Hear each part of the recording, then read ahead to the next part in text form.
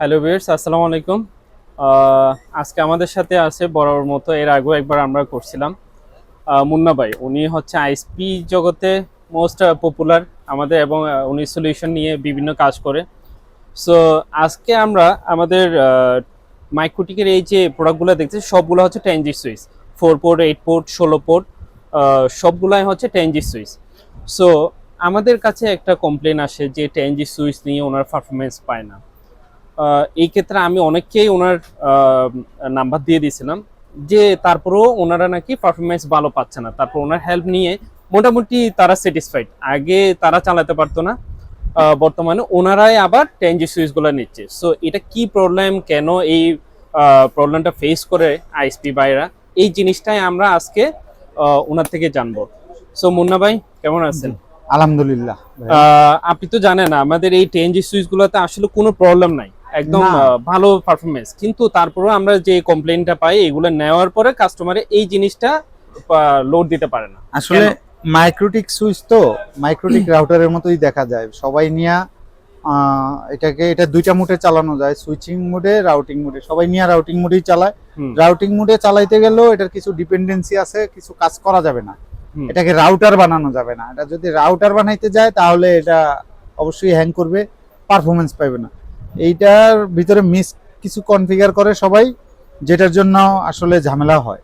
তো আমি বলে দিচ্ছি যে এটার ভিতরে দুইটা ওএসএ আছে। আমি সাধারণত এটাকে রাউটার মোডেই চালাই। রাউটার মোডে চালাইলে মানুষ দুইটা কাজ করতে যায়, এটাতে বিপদে পড়ে। এক, বন্ডিং করতে যায়, আর এক হলো ব্যান্ডউইথ পাস করতে যায়, ব্রিজ করতে যায়। অনেকে কি করে, ব্রিজ দুইটা করে। কোনোভাবেই এটার মধ্যে দুইটা ব্রিজ করা যাবে না, একটা ব্রিজই করতে হবে। এবং ব্রিজে পোর্টগুলি অ্যাড করার সময় হার্ডওয়্যার অফলোড অবশ্যই টিক দিয়ে দিতে হবে, না হলে প্রবলেম করবে। আর দুইটা ব্রিজ করলে এটা আর চালানো যাবে না। আর হলো বন্ডিং, যদি কোনো পোর্ট বন্ডিং করে, সাধারণত বন্ডিংটা করতে হবে। বন্ডিং এর মোড আছে কয়েকটা। একটা মোড হইলো 802AD, এই মোডটা দিয়েই করতে হবে। এবং বন্ডিং করার পরে ব্রিজ থেকে যেই পোর্টগুলি বন্ডিং করছে ওই পোর্টগুলি ফালায় দিয়া ওই বন্ডিং এর যে ইন্টারফেসটা ক্রিয়েট হয় ওইটাকে ব্রিজে অ্যাড করতে হবে। আচ্ছা, তাহলে আর কোনো প্রবলেম নাই। আর বাই ডিফল্ট সকল পোর্টে সকল ভিলেন অ্যালাউ থাকে। এইখানে অন্যান্য সুইচের মতো ভিলেন ফিল্টারিং ট্রেডিশনাল না, বিডিকম সিসকো কম্প্যাটিবল না, ওগুলির মতো না। এখানে ভিলেন ফিল্টারিংটা একটু ভিন্ন। যদি কারো ভিলেন ফিল্টারিং করা লাগে, এইটা হচ্ছে ওদের উইকিতে দেওয়া আছে স্পষ্ট।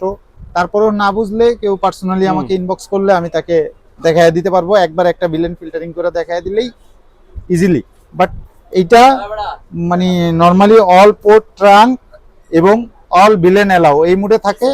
এই মুডেও চালানো যায়, কোনো ধরনের প্রবলেম হয় না। যাদের বড় নেটওয়ার্ক তাদের অবশ্যই ভিলেন ফিল্টারিং করে চালানো লাগে।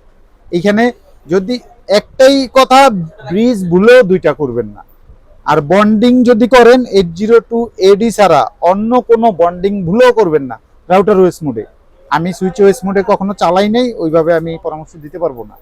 আমি সবসময় রাউটার ওএস মোডে চালাই, এবং রাউটার ওএস মোডে বন্ডিং করার প্রয়োজন হলে 802AD মোড আর ব্রিজ একটা, এর বাইরে যাওয়া যাবে না। এটা কি সিআরএস 10G সুইচ সবগুলোতেই? সিআরএস সিরিজ বলেন বা মাইক্রোটিক সুইচ যা আছে সবগুলির সিস্টেম একই। সিআরএস গুলির প্রসেসরটা স্ট্রং, কাজ করা যায়। এইটাই সবগুলিতে একই রকম কনফিগার। আর এটাকে তো চাইলে আপনার অনেকেই বলে ভাইয়া এটা ইউজ করা যায়। হ্যাঁ, সবগুলিতেই 1G 10G 1G ইউজ করা যায়। অনেকেই 4 পোর্টের অনলি, এই যে যেমন 4 পোর্টের, এটা অনেকেই জিজ্ঞাসা করে ভাইয়া এটাতে কতটুকু ব্যান্ডউইথ চালানো যাবে। ভাইয়া এটা রাউটার না, এটা সুইচ। 4টা পোর্ট আছে, 10GB ঢুকবে, 10GB বের হবে, 10GB ঢুকবে, 10GB বের হবে। এরকম 4টা পোর্ট দিয়ে টোটাল 40GB ঢুকাইতে পারবেন, 40GB বের করতে পারবেন, কোনো ইস্যু নাই। এই জিনিস প্রশ্নটাই আমাদের থেকে বেশি করে, যে ভাই আমি কতটুকু লোড দিতে পারবো। ফুল, এইটার ফুল ক্যাপাসিটি 10GB ঢুকবে, 10GB বাইরে হবে সুইচিং মোডে। পুরা এইখানে আমাদের ট্রেডিশনাল বাংলাদেশে মানুষ বুঝে, এইখানে হলো 40GB ক্যাপাসিটি, 40GB ঢুকবে, 40GB বাইরে হবে। এইটারে সিসকোতে বা অন্যান্য ভেন্ডররা বলে 80GB ক্যাপাসিটি।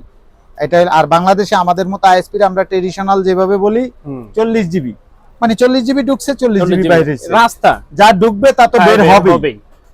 তো অতএব এটা 40 জিবি, আপনার 4টা পোর্ট 40 জিবি ফুল ইউটিলাইজ করতে পারবেন। কিন্তু আমরা সাধারণত কি করি, এক পোর্ট দিয়ে ঢুকাই আর এক পোর্ট দিয়ে বের করি। হ্যাঁ, ওই হিসাব করলে আপনি 2টা পোর্ট দিয়ে 20 জিবি ঢুকাবেন, 2টা পোর্ট দিয়ে 20 জিবি বের করতে পারবেন, কোনো ধরনের প্রবলেম নাই। চাইলে 4টা পোর্ট ব্রিজ করে বন্ডিং করে 4টা পোর্ট বন্ডিং করে আপনি 40 জিবি ঢুকায় আবার 40 জিবি সেম পোর্ট দিয়েও বের করে আনতে পারবেন, কোনো ধরনের প্রবলেম নাই। এটাতে 40 জিবি ফুল ইউটিলাইজ করতে পারবেন, এটাতেও 40 জিবি ফুল ইউটিলাইজ করতে পারবেন। যেটা 16 জিবি পোর্ট ওটাতে 16টা পোর্ট ফুল ইউটিলাইজ করতে পারবেন, ব্যান্ডউইথের কোনো সমস্যা হবে না। আর এটা যে একটু হিট হয়, এটা নিয়ে কি কোনো এটা যেহেতু হিট হয় এই জন্য এটার ফুল বডিটাই স্টিল করা। স্টিল? এটা নিজেই একটা ওই যে হিট সিঙ্ক বলে, হ্যাঁ, হিটের জন্য কোনো সমস্যা নাই। আমি নন এসি রুমে কন্টিনিউ চালাই, এটা অনেকে ভয় পায়। এটা কোনো ভয়ের কিছু নাই ভাই, এটা নিজে একটা হিট সিঙ্ক হিসাবে কাজ করে। হ্যাঁ, এই জন্য এই হিট সিঙ্কটা অনেক হিট মনে হয়। হিট মনে হয়। এটার ভিতরে কোনো কুলিং ফ্যান নাই। হ্যাঁ, কিন্তু ও তো হিট প্রুফ এই বডিটা। হ্যাঁ, ও নিজেই তো হিটটা ভিতর থেকে হিটটা অবজার্ভ করে ও বাইরে বের করে দিচ্ছে, এই কারণে ধরলে গরম বেশি মনে হয়। বেশি মনে হয়। আর এটাকে যদি 1G পোর্ট হিসেবেও তো ইউজ করতে পারে। হ্যাঁ, 10G 1G যে কোনোটাই ইউজ যে করতে কোনোটাই পারবো। ইউজ করতে পারে। চাইলে এই যে ম্যানেজমেন্ট লেখা এইটাকেও 1G পোর্ট হিসাবে ইউজ করা যায়। সো আশা করি বুঝতেই পারছেন কোন জায়গায় প্রবলেমটা আর কেনই বা আপনারা এই জিনিসটা মিস করেন। সো আশা করি আজকে বুঝতে পারছেন 10G তে কেন ভালো পারফরমেন্স পান না। সো আশা করি এভাবে চালালে আপনার পারফরমেন্স অবশ্যই ভালো। এটা সুইচ, এটা কোনো রাউটার না। সো মুন্না ভাই এই কথাটাই বললো, যদি তারপরে আপনাদের কোনো কিছু জানার থাকে অবশ্যই আমাদের ইনবক্সে নক দিবেন, আশা করি আপনারা রিপ্লাই পাবেন। সো সবাই ভালো থাকবেন, ধন্যবাদ।